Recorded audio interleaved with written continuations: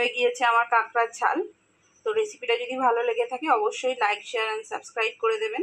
আর recipe সম্পর্কে কিছু জানার থাকলে আমাকে কমেন্ট করবেন, আমি তার রিপ্লাই দেবো। তো চলুন আজকের মতো টাটা, দেখা হবে অন্য কোনো দিন অন্য কোনো রেসিপির সঙ্গে। নমস্কার, আমি আবারও চলে এসেছি একটা রেসিপির সঙ্গে।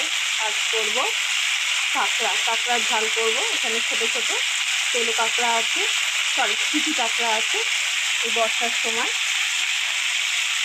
দেখতেই পাচ্ছি, ভাজা বসিয়ে দিয়েছি নুন হলুদ দিয়ে, আর কিছুই না। আর এখানে আলু কেটে নিয়েছি, আলু আর পেঁয়াজ, আর আছে আদা রসুন বাটা। তো চলো কাঁকড়াগুলো ভেজে নিয়ে আসি। খুব ভালো করে ভেজে নিয়েছি, চলুন এবার নামিয়ে নিই। কাঁকড়াটা ভেজে তুলে নিয়েছি, আবার কড়ায় আর একটু তেল দিয়ে দেবো।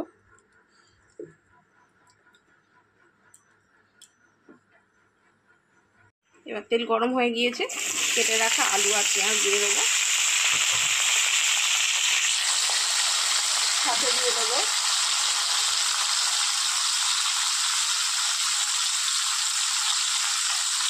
নুন। এবার খুব ভালো করে আলু পেঁয়াজটা ভেজে নেবো। তো চালু আলু পেঁয়াজটা ভেজে নিয়ে আসছি।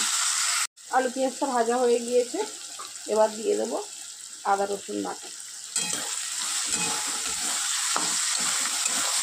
আদা রসুন বাটা দিয়ে একটু নাড়াচাড়া করে বাকি মশলাগুলো দিয়ে দেবো।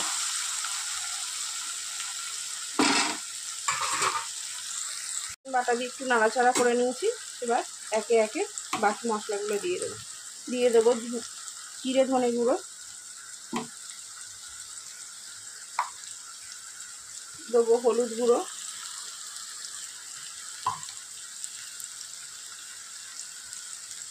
দিয়ে দেবো লঙ্কা গুঁড়ো, দেবো অল্প একটু জল যাতে মশলাটা পুড়ে না যায়।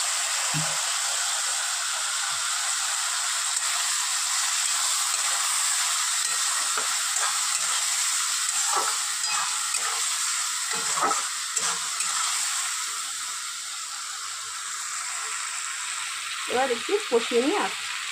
জল ছেড়ে দিয়ে তেল ছেড়ে দিয়েছে মশলা থেকে। এবার দিয়ে দেবো অল্প পরিমাণে জল। এটা একটু মাখামাখাই হবে, খুব বেশি ঝোল রাখলে ভালো লাগবে না। এবার এই সঙ্গে সঙ্গেই দিয়ে দেবো কাঁকড়াগুলো।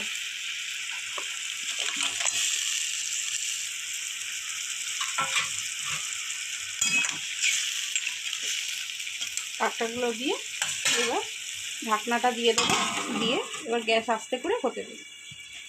তো চলুন দেখি তরকারিটা।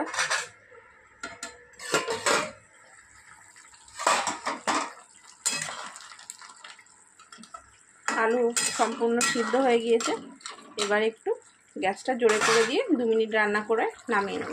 তো চলুন আসছি 2 মিনিট পর। হয়ে গিয়েছে আমার কাঁকড়ার ঝাল। তো চলুন এবার নামিয়ে নিয়ে আসছি। হয়ে গিয়েছে আমার কাঁকড়ার ঝাল। তো রেসিপিটা যদি ভালো লেগে থাকে অবশ্যই লাইক, শেয়ার অ্যান্ড সাবস্ক্রাইব করে দেবেন। আর রেসিপি সম্পর্কে কিছু জানার থাকলে আমাকে কমেন্ট করবেন, আমি তার রিপ্লাই দেবো। তো চলুন আজকের মতো টাটা, দেখা হবে অন্য কোনো দিন অন্য কোনো রেসিপির সঙ্গে।